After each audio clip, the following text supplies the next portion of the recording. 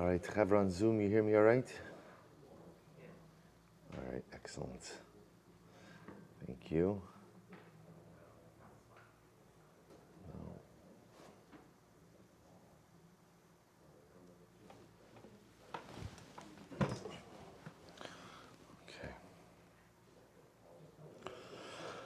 All right, I will say good morning. Good morning, good morning. We have a credible daf ahead of us today. We'll begin by thanking our sponsors, to thank our Talmud Torah sponsors for the month of Av, Avram and Shindy Kelvin, for dedicating all the shiurim and drashos this month with the hope and prayer that the month of Av will be filled with simcha in the eternal Beis HaMikdash.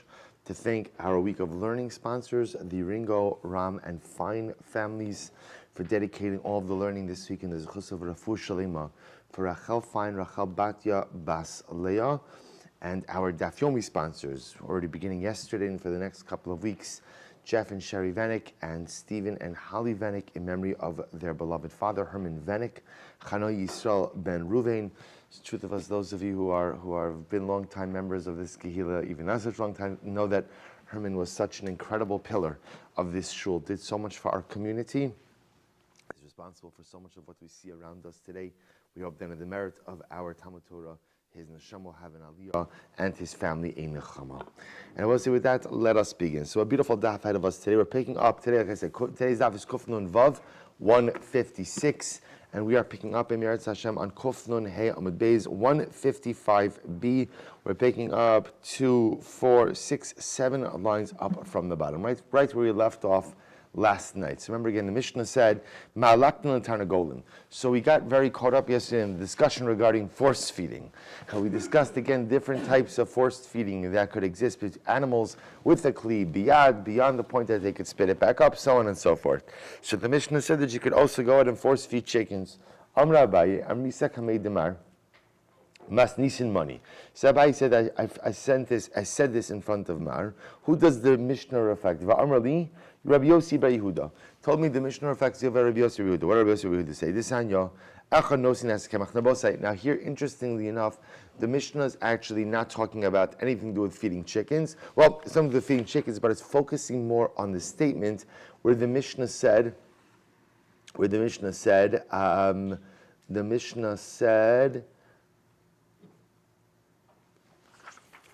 I'm sorry, let me just find it here. The Mishnah said, "V'nostin mayim lemorsan avalo govlin." You could go ahead and mix together. You could put in the water and the bran, but you cannot knead it together. So that's really what the Gemara is picking up on over here. So Abaye said to Mar, whose opinion is reflected in the Mishnah, and Mar said, Rabbi Yossi Bar Yehuda, Disanya, echad nosin esakamach ve'esad nosin sochol mayim. If you have two people, one goes in and one pours flour, and one pours water. Ha'acharon chayiv divrei Rabbi Yossi. Divrei Rabbi, I'm sorry. Rabbi holds the last one, the person who poured the water. And I will say, by the way, the order is not really so significant over here. The idea is whoever is the last person to pour in the last ingredient, that person is chayiv for kneading, for lush. Rabbi Yossi Yehuda Omer Eino chayiv ad sheyigbal. Rabbi Yossi Yehuda says, no, you're not chayiv until when? Unless you go ahead and actually knead the items together. So we'll say, interestingly enough, Rebbe holds that one would violate the malacha of lush just by going ahead and mixing things together, water and flour, even without actually kneading it. Rabbi Yossi says you cannot violate the malacha of lush unless you actively knead the ingredients together. So therefore the Gemara is suggesting over here that Allah Chalamaysa, the opinion that's said in the Mishnah, that you could put water and bran together, as long as you don't knead them together. That's the opinion of Rabbi Yossi. To which the Gemara says, maybe not Dilma ad kavol kam Rabbi Yossi, Rabbi Yehuda hasam ela kemach debar gibelhu. Maybe Rabbi Yossi, Rabbi Yehuda only said that in the case of flour and water, because flour and water is a kneadable mixture. However, avamor sandalav bar gibelhu, I feel Rabbi Yossi, Rabbi Yehuda moda. But I will say, but when it comes to bran, so apparently bran is not something that's normally kneadable. So because it's not kneadable, maybe Rabbi Yossi would also agree that halacha l'maaseh, just the act of mixing them together or pouring them together is enough to make you chayav for the malacha of lush. To which the Gemara says, "Lo sachdaytra desanyo behedja a nosnin mayin lemorsan divrei Rabbi." Rabbi Yossi Yehuda Omer nosnin mayin lemorsan. Now, we have an explicit brisa, and in this explicit brisa it says Rabbi holds that you cannot go ahead and mix water and bran together, even if you're not going to need them. But Rabbi Yossi Rabbi Yehuda says, as long as you are not needing them, ultimately, again, it is going to be mutter. So we'll say, and that is how we paskin halacha l'maisa when it comes to the malacha of lush. The act of pouring things together does not violate the malacha of kneading. You are only in violation of that malacha when you take two ingredients, mix them together, and then actively knead them together. So we'll say, now the novelty, of course, is even though when, let's say, you pour water and bran together, for that matter, water and flour, some amount of mixing may occur just de facto. But halacha l'maisa, the malacha of lush, is only violated when you actively knead two items together. So Tan Rabbanim, ein govlin es hakali. You can't go ahead, I will say, you can't go ahead and mix or knead together kali. What's kali? Rashi says, kermach shel tavua shenes yapsh. So we'll say, so kali is grain or flour that is made from dried out grain or parched grain. So the Gemara says you can't go ahead and knead kali. V'yesh omrim govlin, and some say you can knead it. So man yesh omrim, who is this yesh omrim? So says the Gemara, Amrav Chista, top of Kuf Nun Vav. Rabbi Yossi Rabbi Yehuda, it's Rabbi Yossi Rabbi Yehuda, v'hani mili dimishani. So we'll say, when does Rabbi Yehuda say that halacha l'maisa, you can go ahead and knead kali, that you can go ahead and take parched flour or flour from parched grain, mix it together with water? That's only true if you go ahead and you employ a shinui. And I will say, the truth is, Rashi says over here, just go back to the Rashi, last Rashi on Kuf Nun Hey Amud Beis for just a moment. So Rashi, last Rashi in the Daf, Kali, Kemach Shel Tavua Shenes Yabsha. So this is flour that comes from wheat, which was dried out, Kishen Klayos Betanar, Va'osa Kemach Liola Masuk. Now this type of flour always has a sweetness associated with it. V'kimcha da'avshuna va'osin nimenu shesisa. They would make shesisa out of this. What is shesisa? So he says, Gemara says, shemen umayim umelach shamarvo. So shesisa, we learned about shesisa earlier in the Masechta, also in Brachas. So shesisa was this food, or was this drink, this mixture, almost like a porridge, that was made from flour, from parched grain, water, salt. We'll see sometimes vinegar was mixed in as well. See, interestingly enough, Rabbi Yossi Rabbi Yehuda holds that halacha l'maisa, you could go ahead and mix all of this stuff together as long as you utilize a shinui. So the Gemara says, Heichi mishani, what's a shinui? Top of Kuf Nun Vav, say second line down. Chista, al yad yad. Al yad al yad. If you only make a little bit of it at a time. Apparently, again, they used to make shesisa in a larger amount. So halacha l'maisa, as long as you go ahead and you make smaller amounts, that's enough. V'shavin shebocha shin es hashasis b'shabis v'shosim zeisum hamitzri. And they agree that halacha l'maisa, you can go ahead and mix together the shasis, and you can also drink Egyptian beer.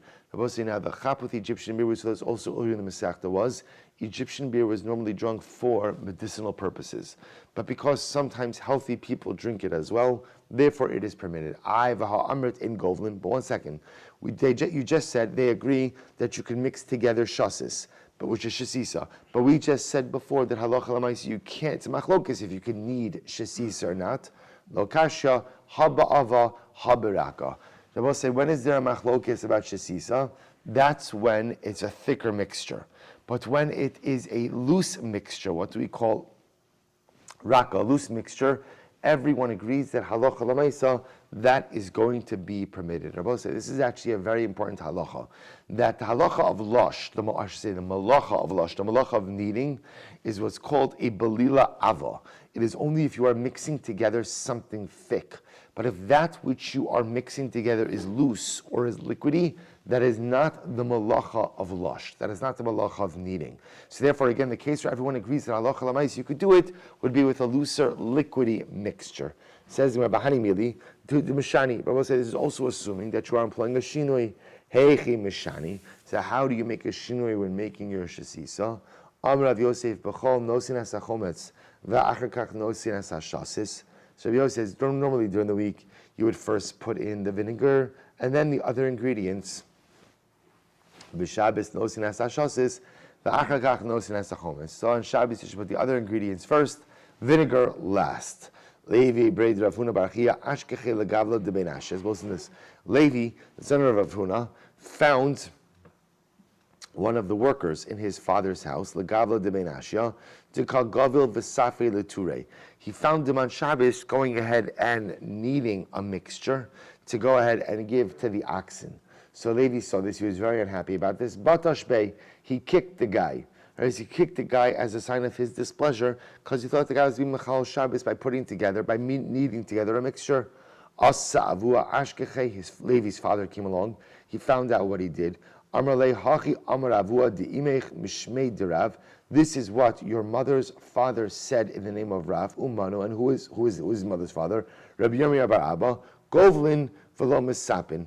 Ultimately, again, you could go ahead and knead together the mixture, v'lo misapin, but you can't force feed. Udelo lokit b'lishnei malaktinale. But if the ox is so young that it does not have the ability to eat on its own, then what? Then ultimately you could force feed it. V'hani mili hudi mishani. But also when making the mixture, you have to employ a shinui. Heichi mishani. How do you do the shinui? Amrav Yemar bar Shama Moshe Dabaye shasi va'arev. Ultimately, what do you do? Instead of, I guess normally when you would mix something, you would mix something in a circular motion. So on Shabbos, the way you go ahead and employ a shinui is to mix it back and forth. But if you do that, it doesn't mix well.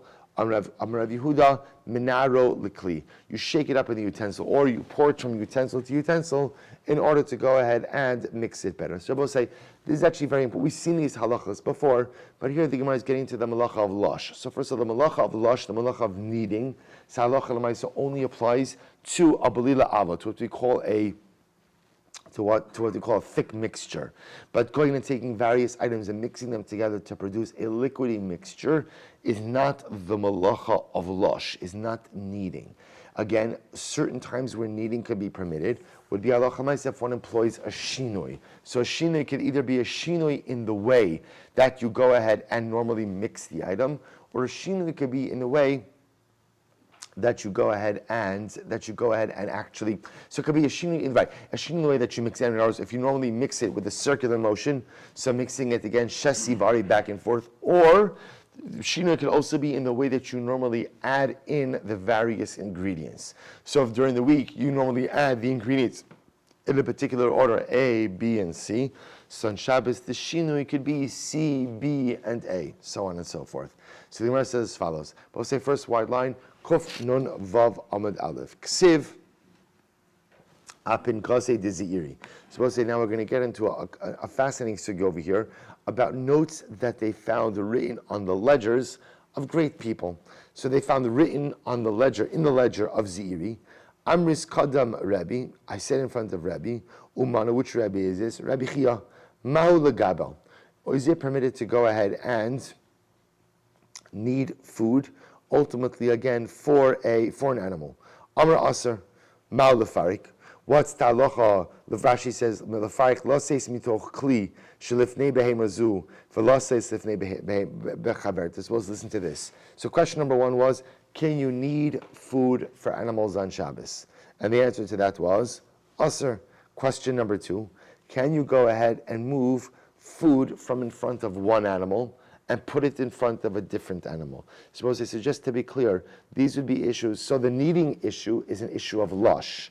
The movement of the food issue, as we saw yesterday, is what? Is an issue of tircha yisera, unnecessary exertion. Amar mutter. He said, no, that's permitted. To move food from in front of one animal, put it into a different animal, that is going to be mutter. Amar Amnashia, chad kame chad, trei kame trei shapir. You could put one portion of food in front of one animal, two portions of food in front of two animals. However, tlasa kame trei aser. Rabbi say to go ahead and put three portions of food in front of two animals is going to be aser on Shabbos. Look at Rashi; it's almost right across. Avat tlasa kame trei hoil ubechol lo yahiv lahu ki hai havi tircha to lo tzarich. Supposed to listen to this. Normally during the week, you would not put three portions of food in front of two animals. So therefore, to do that on Shabbos represents tircha yisera, unnecessary exertion, and therefore will be aser. Rav Yosef Amar Kav vafilu kavayim. Rav Yosef says, no, you could even put a kav, even 2 kavim of food. Ula amar kur vafilu kuraim. Ula said 1 quart, even 2 kuraim. I will say, again, these are hyperbolic statements because the animal's never going to eat that much. But what Rav Yosef and Ula are both saying is that halacha lamaisa, you could put as much food as you want in front of an animal. There is no limit to the amount of food that you could put in front of an animal on Shabbos. Good. Kasava pinkasi the Levi. So we'll say they found written on front of the pinkas, in front of the ledger of Levi, Amrit Kadam Rebbe. One time I was sitting in front of Rebbe, and which Rebbe are we talking about? Umanu Rabbeinu HaKadosh. This was Rabbi Huda Nasi. Al dahavu gavlin shesisa bevavel. They both said they were making shesisa in Bavel on Shabbos. Vavetzavech Rebbe, and ultimately Rebbe was yelling at them to stop doing it. Who was which Rebbe? Umanu Rabbeinu HaKadosh, Rabbi Huda Nasi. Al dahavu gavlin shesisa veles dishmiale. And no one was listening to Rebbe, right? And he had no ability to really go ahead and ask for this practice. Why? Mid Rabbi Yossi bar Yehuda. Ultimately, again, I will say, remember again, because Rabbi Yossi bar Yehuda says that you can knead even a thick mixture as long as what? As long as you do it with a shinur. So isn't this incredible? So Rabbi Yehuda Hanasi was very much against the practice of making shesisa on Shabbos because it is a thick mixture. He thought that it was the malacha of lush, but he yelled about it, he screamed out, nobody listened to him, and he really didn't have the ability to answer it because there was an opinion who said it was mutter.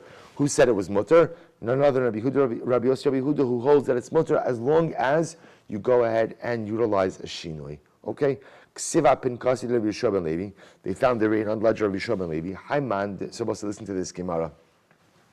So now see, what's incredible about this is these were notes. It sounds like these were notes that were discovered after these great rabbanim died.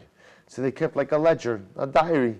So they found it in a diary. So now we're going to transition a little bit. They found written on the ledger of Rabbi Yeshua ben Levi, Haiman de Bechad b'Shaba, if somebody is born on a Sunday, Yehi Gever. Velo chadbe, he will be an individual.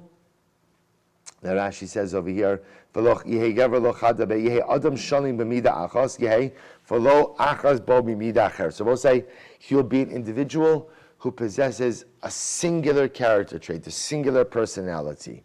Velo, the Gemara says, Velo chadbe. So my velo chadbe, ilema velo chad lativo. If you're going to say that he's going to be totally bad and not good, Ravashi says, I was born on a Sunday. So we'll say, can't means that he'll be totally bad. Ella lav chad lebisho. So Ravashi ana. So maybe you'll say it means he'll be totally good and not bad at all. That can't be. Ravashi ana v'dimi bar kakusta. Havyun bechad b'shaba. Ravashi said, me and Dimi bar kakusta were both born on Sunday. Ana Melech, I became a Rosh Yeshiva.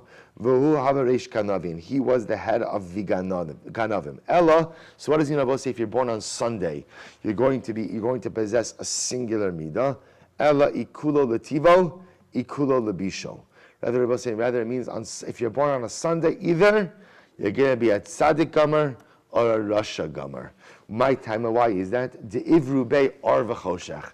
Rabbi said, this is incredible. You're going to see what the theme over here is. What Rabbi Shimon Levi was trying to say was, depending on what day of the week you're born, your personality will very much resemble what happened in creation on that day. So in other words, what the Gemara is saying is, if you're born on Sunday, you're going to be a very black or white person. Because what happened on Sunday, what happened on the first day of creation? Or and choshech. So you're going to be a very black and white person. You're going to be strong in something. See, you're going to be strong in a good way, or you're going to be strong in a negative way. But apparently, again, Sunday people are very black and white. Okay? So the Gemara says, Haiman de b'trei b'shava. What happens if someone is born on a Monday? Yegeva ragzon. He will be someone who angers easily. Angers easily. I will say a very angry person. Now the truth is, really what it means over here is lamaisa, a very angry person. So the Gemara says, my time, why is that? Mishum defligu be maya. Because they will say, what happened on day 2? What happened on Monday? ultimately, again, the waters and the land were separated. Right? So anger, I will say, is a midah that separates people. So Monday people are ragzanim, are angry. Haiman dibitlasa b'shava. If someone is born ultimately on a Tuesday, yegever asir vizanoi.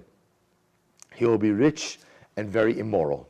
My taima mishum de'ivru be'asavim. Because Tuesday is the day that the grass was created. What does that mean? Look at Rashi. De'ivru be'asavim tichsiv tatshia aretz v'hu davar shepara v'rava ma'od u'memara lagada v'litzmoach. So let's listen to this. So first of all, grass grows quickly. So that seems to be symbolic of the wealth. Because it grows quickly, so therefore a person will be wealthy. The Rashi then goes on and he says, what about the immorality? He says, so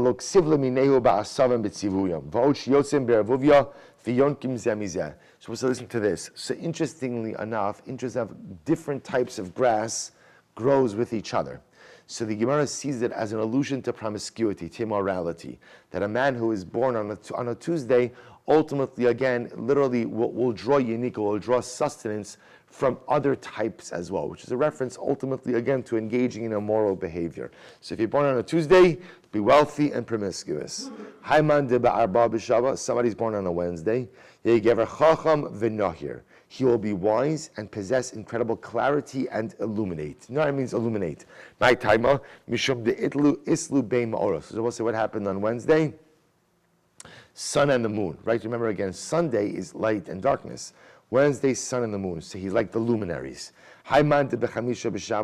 Ultimately, if somebody is born on a Thursday, he will be a very kind and charitable individual.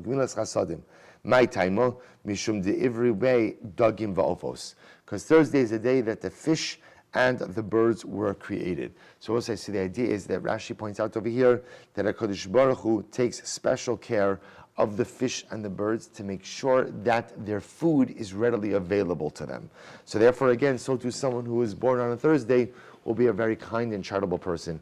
Hayman divimali shabsa. If someone is born on a Friday, yegever chazran will be someone who runs after things. Amrav Nachar bar Yitzchak chazran b'mitzvahs. He'll be someone who constantly runs after mitzvahs. Because we'll say, what happens on Erev Shabbos? Everybody's running around to prepare for Shabbos. So that's symbolic. He'll be running around for mitzvahs. Hayman de b'shabsa. If somebody is born on Shabbos, yehi b'shabsa.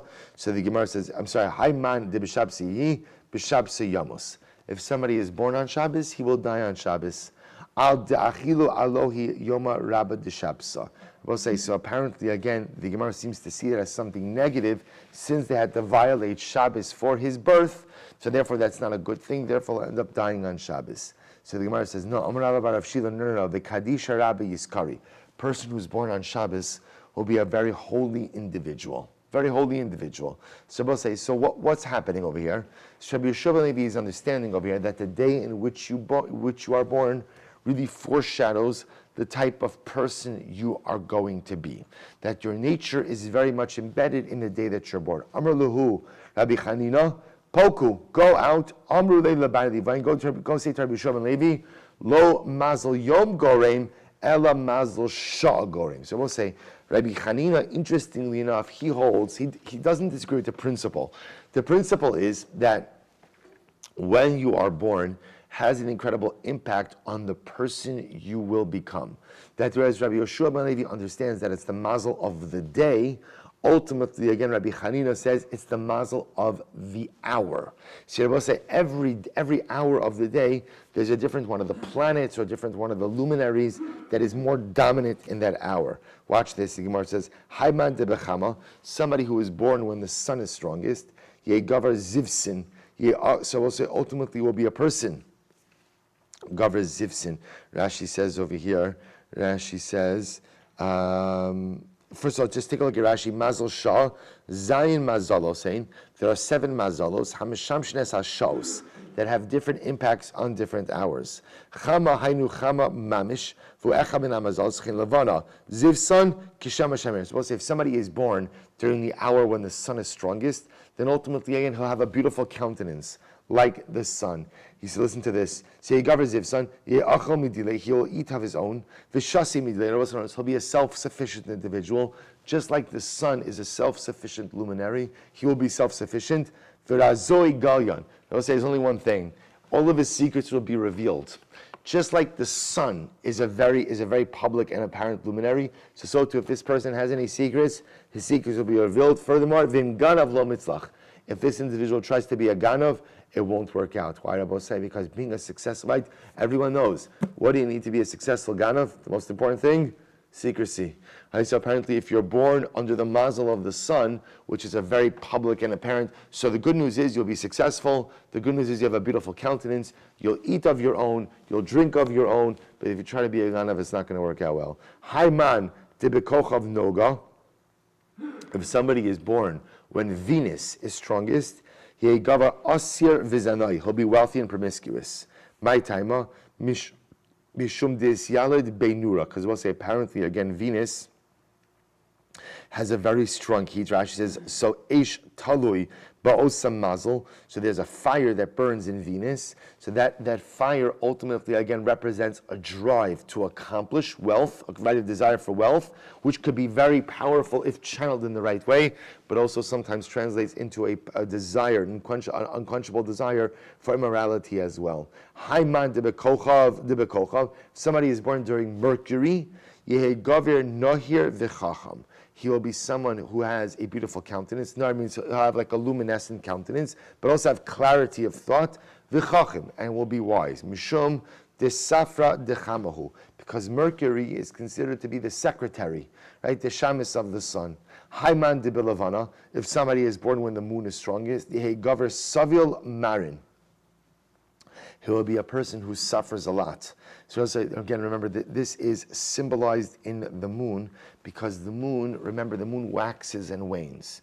So therefore the waxing and the waning of the moon represents someone who's going to suffer setbacks in life. Savil marin, banoi v'sasir sasra banoi. Things that he built will be destroyed, and then he'll rebuild and it'll be destroyed. Achil dolo delay, v'shasel dolo delay. He will not be able to support himself.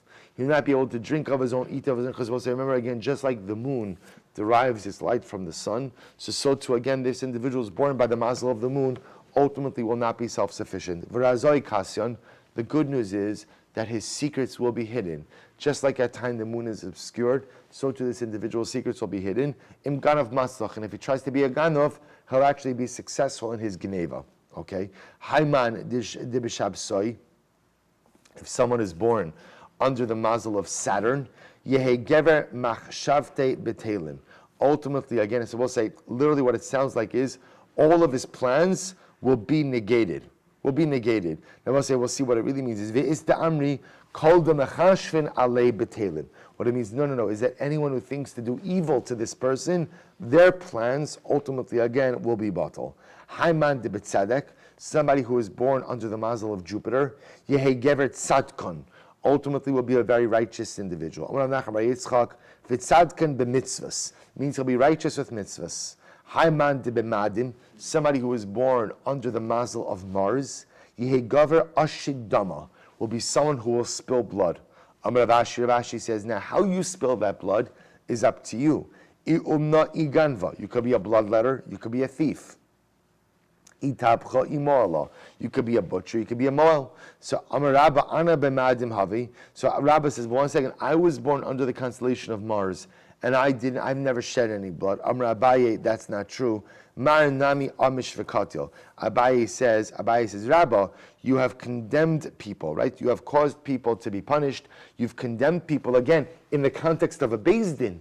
But Lamais, again, you've been responsible for the death of people as well. Again, sanctioned death, right? Mutter death, but death nevertheless. Itmar. So again, so what you begin to see over here, I just want to point out, so Rabbi Chanina and Rabbi Yoshua ben Levi are both subscribing to the same basic concept, which is that the mazel under which you are born has a direct impact on the person you will become. The Machlokes says, is it the mazel of the day, or is it the mazel of the shah? Right? Is it the mazel? Right? Is it rooted in the Genesis narrative, the creation narrative, or does it depend on the constellations? But the Lamaisa, they both agree that a person's mazel directly impacts who they are. We'll say, watch this. Itmar, Rabbi Chanina Omer Mazel Machkim Mazel Mashir Yesh Mazel Yisrael. We'll say therefore Rabbi Chanina says based on these positions of Rabbi Chanina, was it Rabbi Chanina?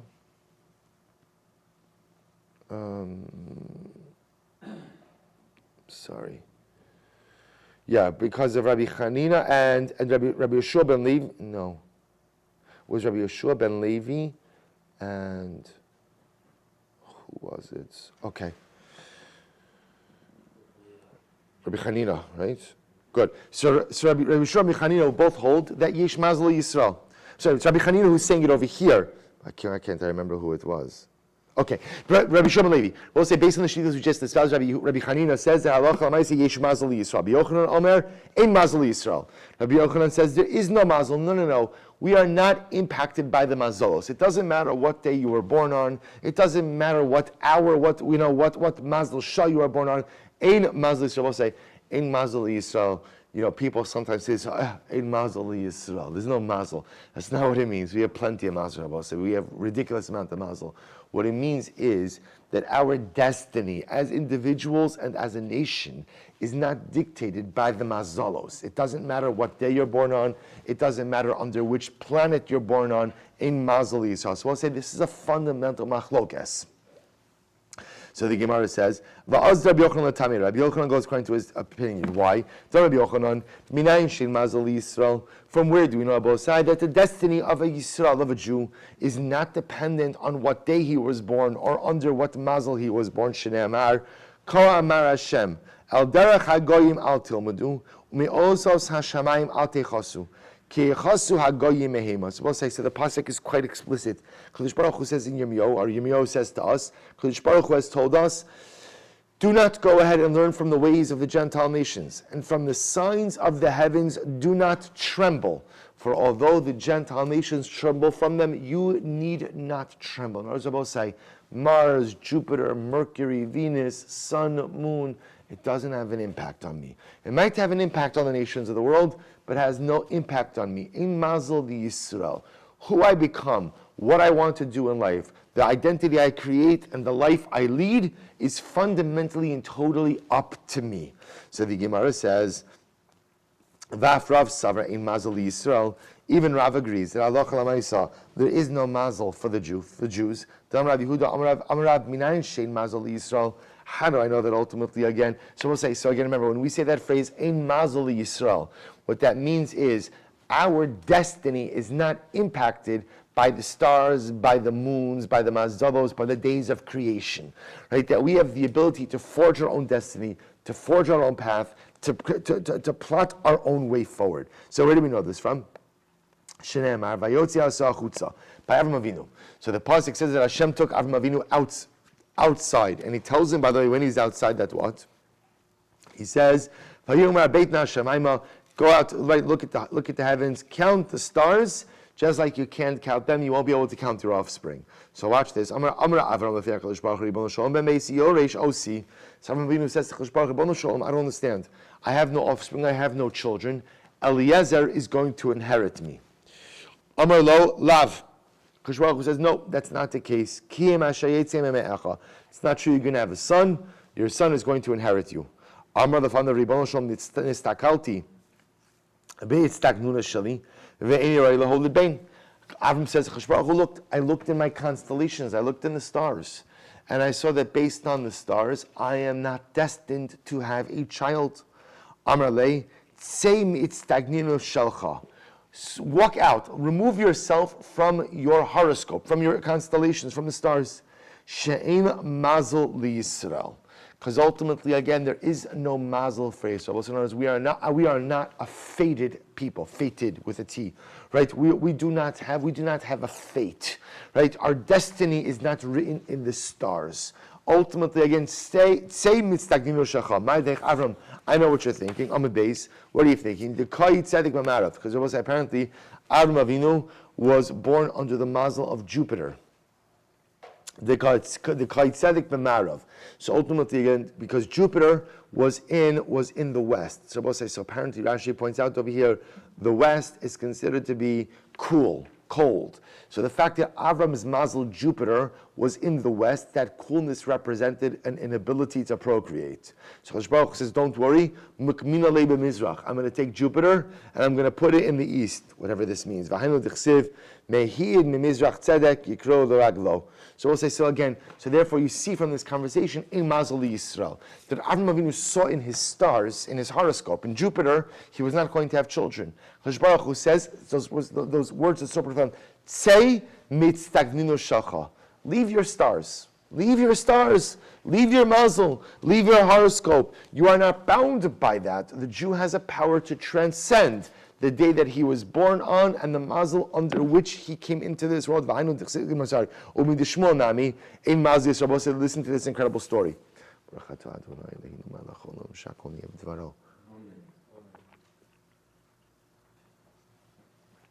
Incredible story. The Shmuel va'Avleit, Habu Yasir. So we'll say Shmuel and Avleit. Now we'll say, Rashi points out, Avleit was a Gentile Chacham Dachri, the Choza B'Kochavim. So we'll say he was a master at, I don't know what the right word is. I guess it's astrology. Is that the right, so we'll say, like today, when you look at horoscopes, so obviously, we'll say that's nothing. But there really used to be a real understanding of how to understand the mazalos, right? This was a real discipline. So this guy Avleit was known as a Gentile wise man who understood the stars. He was able to read the constellations, and he was able to really foretell what was going to happen to a person based on what he saw in their mazel. So we'll say, watch this story. So Shmuel and Avleit are sitting together. Vavu ka'azli hanach in shila agma. They saw a bunch of workers going to the marsh to cut down reeds to do work. Amalei Avleit l'Shmuel. So Avleit said to Shmuel, by the way, Hi Gavra Ozu v'lo asi. See that guy over there? And Avleit pointed to a specific man, and he said to Shmuel, that guy is going to go to work, but he's not. He's going to die. He's not coming back. So what happened? V'lo asi. Tarik. So the Gemara Tarik le chivye v'meis. And Avleit said, I can tell you what's going to happen. He's going to get bitten by a snake, and he's going to die in the marsh, in the swamp. Amalei Shmuel. So Shmuel says, Ibar Yisrael hu ezel v'asi. Shmuel said to Avleit, not true. You're going to see if he's a Jew.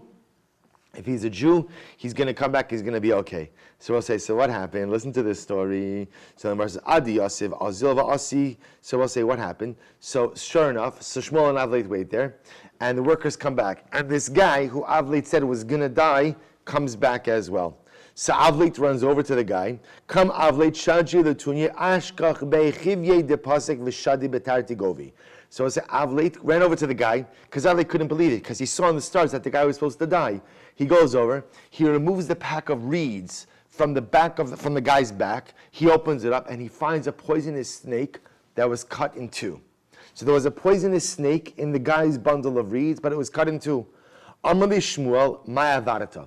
So Shmuel says to the guy, tell me, and obviously it turns out the guy was a Jew, as we're going to see, what did you do today?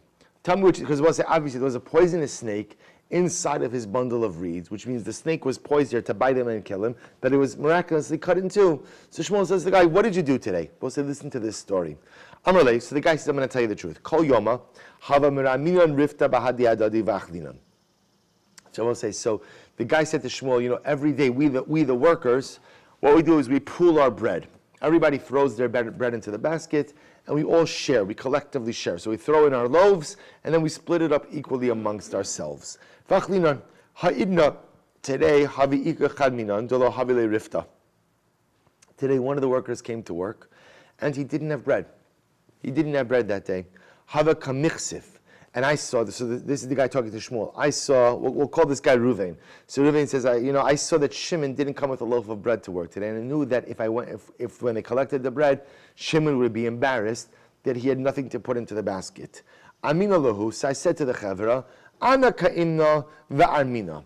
I said, today, Ruvain said, today I'll collect the bread. I'll be the bread collector. Kimatoi legabe, when I came over to Shimon, who I know didn't have bread, Shavi nafshei kiman deshakli minei, I pretended like I took bread from Shimon. So we'll say, so there's another part to the story. So Ruvain says, I pretended like I took bread from Shimon, and I put in an extra loaf from my own bread, so that Shimon should not be embarrassed. So we'll say, so Shmuel says to the guy, Amrlei, mitzvah avarata. It was that mitzvah. Rabbi said there's a double mitzvah over here.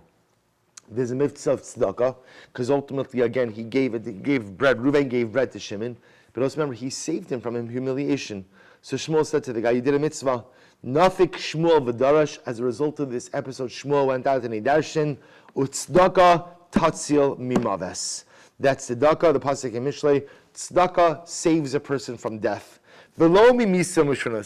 So sometimes we thought, so Shmuel thought before this episode, what does it mean tzedakah tatzil mimaves? That tzedakah could save one from gruesome death, right? That tzedakah saves you from death, unnatural death. Ella mimisa atzma. Shmuel said, based on this episode, I see that mamish tzedakah tatzil mimaves is a literal statement. A literal statement that tzedakah is so powerful that it has the ability to save one from death. This guy was saved ultimately again from death because of the mitzvah of tzedakah. Rabbosai, now again, we don't know him to be some type of Geised tzaddik. He's not sitting in Kola learning his whole life. He's a reed cutter in the swamps. But Lamaisa, that day, he decided to do something beautiful for someone else. We'll say, isn't this incredible? We know nothing about the rest of his life. He could have been an average, ordinary guy, or maybe he was a bad guy. We don't even know. What we do know is that on one day, he decided to do something beautiful for someone else. And it was in that merit that he was saved from death. You see what I will say? Sometimes we never know the impact of just the smallest of acts we do day in and day out. This guy got up, he went to work, it was a regular day. He had no idea that there was a poisonous snake in his bundle of reeds. So we'll see, you never know in life what is going to be the mitzvah, what is going to be the ma'aseh tov that saves you. What is going to be the thing that makes a difference between life and death? And sometimes it's not even something so heroic. Sometimes it's something so dramatic. Sometimes it's just looking out for someone else. It's being a little more charitable, being a little bit more kind, being careful with someone else's feelings. That could sometimes literally be the difference between life and death. Such an incredible yesod. But let's say I'll plan to something else. The Maharsha says, you know, if Avleit and Shmuel, Avleit says to Shmuel, by the way, that guy's going to die when he goes out. So the Maharsha says, so why doesn't Shmuel run over to him and say, don't go to work today. Call in sick. You're about to die. Why? Don't go.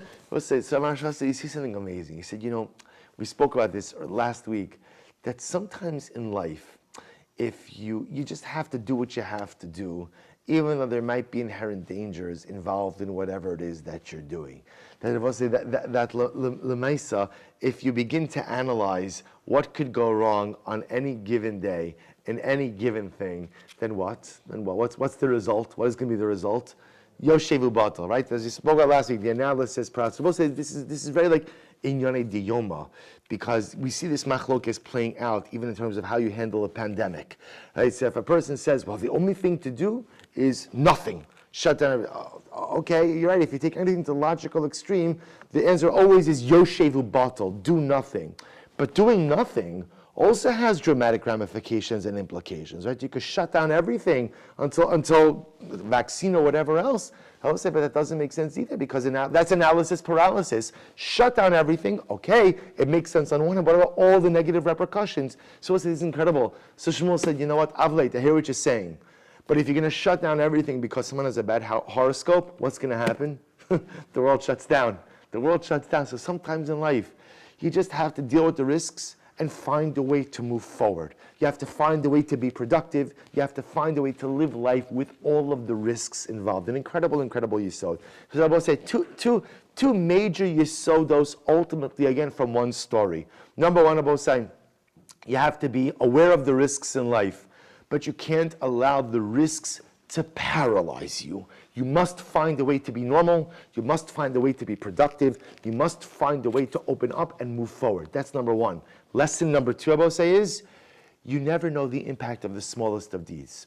Sometimes the smallest acts of kindness that we do day in and day out can be mamish the very things that save our lives. We'll see another story. Get ready for this. Rabbi Akiva, Nami ein mazel Yisrael. Rabbi Akiva also agrees that there's no mazel for Yisrael. Rabbi says that again, we're not bound by our mazel.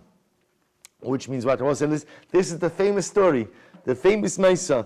The Rabbi Akiva Havilei Barta. Rabbi Akiva had a daughter. Amralei Kaldoi Hahu Yoma Da'ayli Lebeginana Tarik lechivya umisa. Supposed to listen to this. Rabbi Akiva had a daughter, right? And he was told by the astrologers that on the day of your daughter's wedding, she is going to die. She's going to be bitten by a snake, and she's going to die.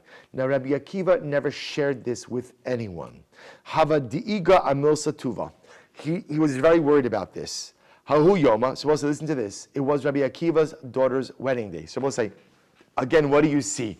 What's the thing about this? The astrologer told Rabbi Akiva that his daughter is going to die on her wedding day. On her wedding day. Supposed to say, you would say, now Rabbi Akiva believed it. Of course, he believed it. How do we know he believed it? Because he worried about it tremendously. Supposed to say, so you would have thought that again, well then maybe she shouldn't get married. No, you can't do that. Meaning, there's an incredible yesod. There are risks involved in everything in life. And again, this is mamish inyoni diyoma. But the answer can't be stop life as a whole. The answer can't be that, because that has so many other terrible ramifications. So Rabbi Akiva has a nevuah essentially. He has an astrology. Your daughter is going to die on her wedding day. So now what's the choice? She doesn't get married, or she gets married, and we dive into HaKadosh Baruch Hu that it'll work out well. He chooses the latter. He chooses the latter. So it's her wedding day. It's such a musar. It's her wedding day. So what happened? Hahu Yoma Shaklasa Limikavanta Datsasa Beguda. So she was getting ready. She had a brooch. So I will say, this is really like what, if you could imagine. I think it's easier to imagine like a hairpin. Like an ornamental thing you would put in your hair, but it has like a sharp needle. It's like a sharp edge. So she was getting ready for a chasana. So she put the brooch into the wall. She just like plunged it into the wall just to keep it there. Okay. Isrami Esev be'in dechive. What was behind the wall? A poisonous snake. She ended up putting the brooch right into the eye of the poisonous snake. Okay. Let's safra. The next morning, as what happened? Kika shaklala, when I will say now, it sounds like that morning was the morning after the wedding. So the wedding was that day. I guess she didn't need the brooch that day, right? So she put it into the wall. The next morning, she takes out the brooch. When she takes it out, hava kasarach va'asich basra. But can you imagine this? As she pulls the brooch out of the wall, what comes along with it? A dead, venomous snake. So what happened? Amar la'avua ma'avarata. So once Rabbi Akiva sees this, he says to his daughter, tell me, what happened? What happened at the chasana? Tell me what happened to you yesterday. We'll say, listen to this story. Amra, she said to her father, Befanya, asa anya kari abava. Yesterday afternoon, when I guess it was either the beginning of the chasana, everybody's getting ready for the chasana, asa anya kari abava. A poor person came to the entrance of the wedding hall. Everyone was busy with the wedding, and no one heard the ani asking for food. Listen to this. Shakalti liristanoi diyahavesli yahaves nihile. Listen to this. So the Kala said, I took my food and I gave it to the pauper. I took my food and I gave it to the pauper. Let's say, do you hear this story? So the story is incredible on two levels. The story is incredible that so often in life, we get caught up in our own stuff and we don't hear the ani at the door. We get so caught up in our own lives that we don't see the needs that exist around us. We become just blinded. We get so wrapped up in our own stuff that I don't see the situation here. I don't hear the ani knocking on the door. And I will say, what a kala. What a kala. Mika amcha Yisrael. Can you imagine the scene that the kala takes? You imagine that the plate is all beautifully set in front of her, and the kala takes her food and she gives it to the ani. This was Rabbi Akiva's daughter. She gives it to the ani. Amrullah mitzvah avarta. So Rabbi Akiva says to his daughter, you performed such an incredible mitzvah. So I will say, so literally again, Rabbi Akiva understood that his daughter was saved from death because she decided to give her chicken, right? She decided to give her plate of food to the ani at the door.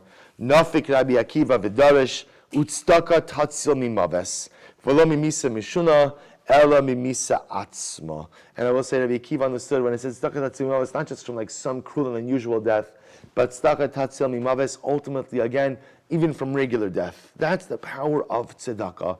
The power of being a charitable, kind individual is the ability, literally, to go ahead and save oneself from death. But listen to this incredible story as well. Also agreed in Mazal Yisrael How so? Listen to this.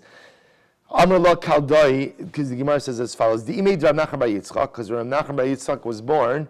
So a Kaldai, so what's like Kaldai is a Chaldean, right? Again, these were sorcerers, not sorcerers, no, astrologers. So they saw, but they said Kaldai Barich Ginavahava. So Barich Ginavahava, your son is going to be a thief. That's what they told her. We saw in his stars. That little Nachman, right? Little Nachman is going to be a thief. Right? Za'akatan Gadol Yiyah. Right now he's a little thief. He's going to grow up to be a big thief. So what happens? What did his mother do? So his mother, the mother, right, did not want her son to be a thief. So what did she do? She was makbid that he should always keep his head covered. Should always wear a yarmulke. Why? Amrullah kasei sheikh. Keep your head covered. Because she felt that if he always keeps his head covered, then what? The fear of heaven will be upon him. The head covering symbolizing the idea that there is someone above you. And if you remember that someone is above you, then what? Then halacha l'maisa, you will not steal. Ubay rachmi v'ubay rachmi. Ultimately again, and she davened for him. So we'll say two things. We'll say it's an incredible yesod in chinuch. How are you properly mechanech your child? So I'll say, so take positive physical actions, physical steps, structure a home life that is conducive to Kedusha, structure a life for your child that is personal for Kedusha, and daven. And daven. Just daven a lot. So she made sure that his head was always covered, that he should have a respect for authority, a respect for HaKadosh Baruch Hu, and not come to steal, and she davened for him. So the Gemara says, Lo havi yada maika amrullah. So let's listen to this. So little Nachman grows up, and he has no idea, why is my mother always hacking me a chaynik about going and keeping my yarmulke on?